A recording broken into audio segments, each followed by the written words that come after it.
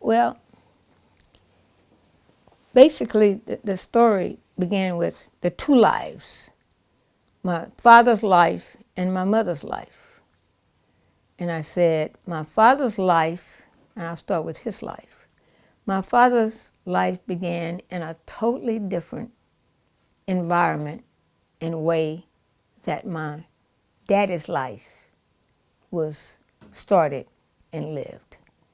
My daddy was born in a rural area of Alabama on a plantation and a farm where was racism, hatred, disrespect, and death of my grandfather, my daddy's father. And my daddy lost his father when he was 12 years old to racism. He was only murdered because he liked his job and didn't move from his job with his family to another white man's plantation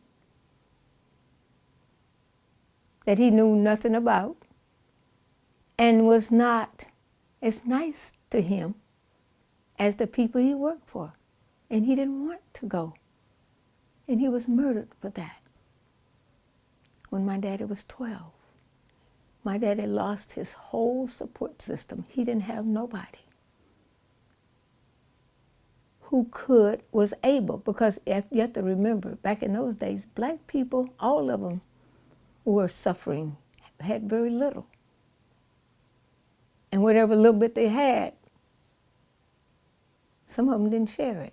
And they didn't share that with my daddy on his mama's side at all. They didn't want him to come live with them. He wanted his baby brothers to live, and they did. They went to Mobile, where his mother's people had a little more than anything else, but they didn't want my daddy. So my daddy was rejected by his family and not given what they gave some of the others. So he was alone in Africatown. And that's where he found my mama. She carried newspapers to his house where his cousin lived. That's how he met her. She was the newspaper girl. They saw each other in that chemistry. They both looked at each other, loved each other, respected how each other was, and supported each other to do the job. So he became a part of my mama's family and her community. Africatown. My daddy loved Africatown. That was his salvation. My mama appreciated Africatown because she knew she got what she wanted and what she needed to be a successful woman, black woman. I saw kindness. I saw hardship. I experienced everything that black people can experience. And I was a part of it. Our families lived on the same street. When my mom got married, well, first my aunt, my mama's sister, married. And she married this man, and they went to East St. Louis, Illinois. They moved and went there in 1937. And my aunt, my mama's sister, was very close. They were very close because they were really behind each other. My mom was a little bit older than her next oldest sister, but they were very close. And my aunt missed her family when she went to East St. Louis. And she would come home, and she asked my mama, could she take me with her? Because she didn't have any children, and to keep her company when I was 4 years old, and my mom let me do that. And when I went to East St. Louis, my mama's sister, Marcella, sent me to school. I started school when I was 4 years old. She told me I was 5. That's how it was. I was always doing stuff, making my life work for me, even when I was 4. Yeah. So community was always a very important part of your life. Absolutely. Growing up. So what were some really big community moments for you? Well, we lived community. Community was life for us. People were close to each other. There was nothing in particular. We were supported by the community we lived in. And my aunt, when she took me to stay with her, she had money. She knew she got engaged into political life and the politicians and the voting and all that. So she was a very assertive, engaging person in community life. So I experienced that too, through what she was doing. She was like a role model for me and was very engaged in community. So it was easy for me to see what she was doing and be a part of that. So I was exposed to seeing things that very early that my siblings were not exposed to. Ms. Knight, what was your experience like with being a political activist and protesting and working in the civil rights movement? Well, I think my desire to be engaged and do things is probably related back to my first story, what happened to my grandfather in my life and how that was and what I thought I needed to do to make things better. And I wanted to do things. I always wanted to think about myself, what was going on in my life, and how I could be involved to make my life better for my people, for me, and everybody around me. Like, giving you an example of what I'm talking about. I knew that black people were segregated against and had difficult times being a part of the larger society that they were always in. I experienced that. I learned that also too within Africatown with the teachers. The teachers in Africatown were very engaged teachers. They were engaged with the students. They had experienced racism, segregation, disrespect, and they didn't want that. Nobody wants disrespect. They want dignity. They want value. They want purpose for their lives. And so my parents wanted that. My teachers wanted that. They talked about that. They talked with us about how to get that and how to be good human beings yourself with each other and how to handle the society that didn't want you to have that. So that was part of my education in Africatown. Ms. Knight, what was your time like being a teacher at Long Beach? In the beginning, it was like disrespect. You're supposed to be out here doing this. You're supposed to be doing what all the rest of them doing, what we want them to do. We sat in the president's office. We said, black studies. We get white studies. We learn about white people. Why can't we learn about black people?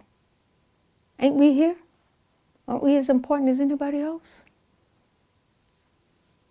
We felt that way. We wanted to be that way. And the students did too. The others. The Black Student Union, they organized. They called themselves the Black Student Union. And they were doing exactly what we wanted them to do, and we were doing exactly what they wanted us to do to help them. To sit in the president's office, to allocate money, to provide resources for them like they were doing everybody else, and get their share of the pie. That's what we did. We sat in the president's office, said, we want you to allocate money to support the Black Student Union, their activities, their worth, their value, their humanity, like everybody else's, and really be a part and get resources to be a part of this institution. What about your time in Long Beach community? I know you guys started What was the name of it? The Long Beach Community Improvement League. Yes. The kids weren't even going to school. They were out in the street. Nobody cared about that. We started, me and Ernie Priestley, he was like I was. He wasn't happy with our plight. So we met in his house and started talking. Evelyn, what can we do about this here stuff that we're in? I said, well, Ernie, it's tough. I got a job, I got a paycheck, but what's happening in my community and what's happening to my people ain't nice. They weren't voting. As a matter of fact, they didn't let black people vote at that time. We had to put Proposition 14, the initiative, on the ballot for black people to even vote. So that was it. And that was the birth of the Long Beach Community Improvement League, to bring us together.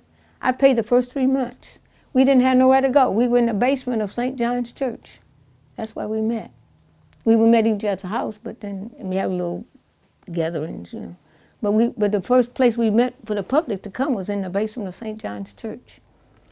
So we still had to start on by making our own life and having a place for us to go, to do things among ourselves and to be black people, making things happen with each other in little ways that we could. Ms. Knight, what do you think the biggest factor is for increasing opportunities and educational success for black people and people of color? I think black people be the best black people they can, to make themselves and do for themselves and make sure they do all they can, any way they can do it, to get from this society that they were born in, to get their shake and their piece of the pie that they deserve, just like everybody else.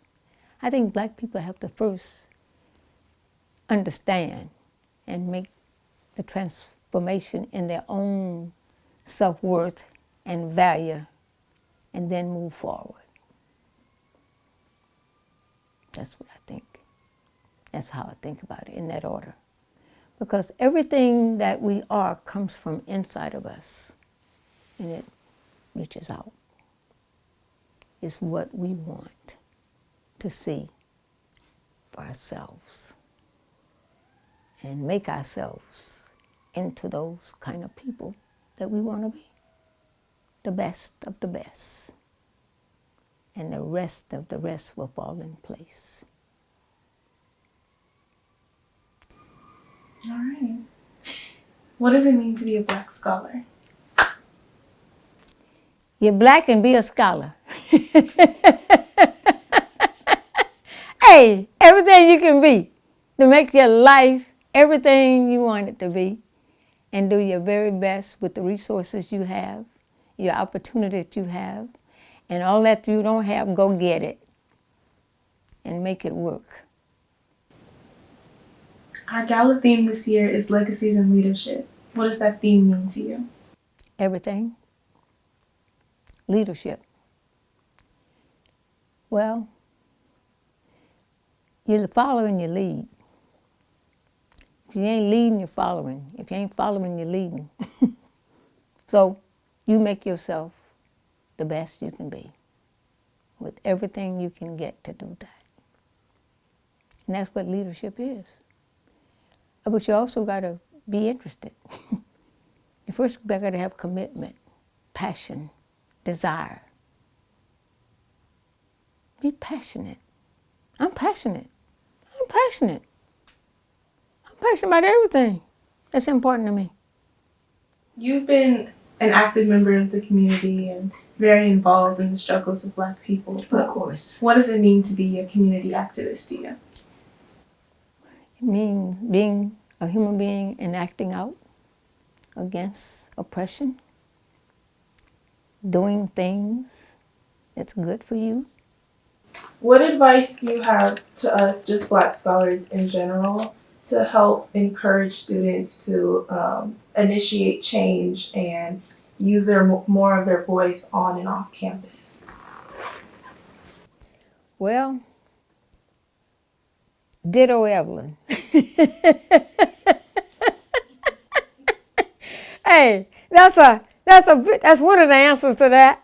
You got to do, the children got to be intentional, and they got to be, first they got to have a story. They need to tell their stories, and they need to go inside of them and what their lives is like, and have purpose. And how do you get that? You get that through your experiences and through your knowledge and through your understanding. And so you have to be educated about what's going on around you, and living your life. The things that they experience, that some of it is the same things I experience. But then what do they do with it? Do they bury it? They pretend it don't exist? They ignore it?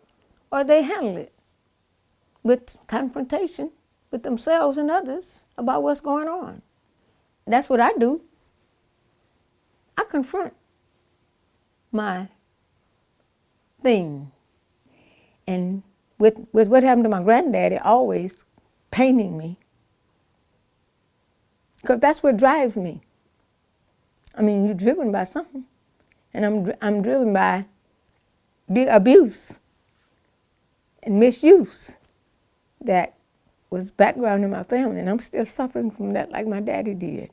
He died suffering from what he had happened to him, and I know that, and I'm not happy about that, and I'm never going to be happy about that. So that's what I live with. Okay, that's why I do what I do.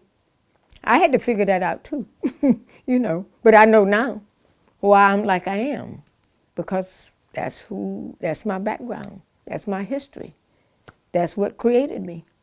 But you know how you do it.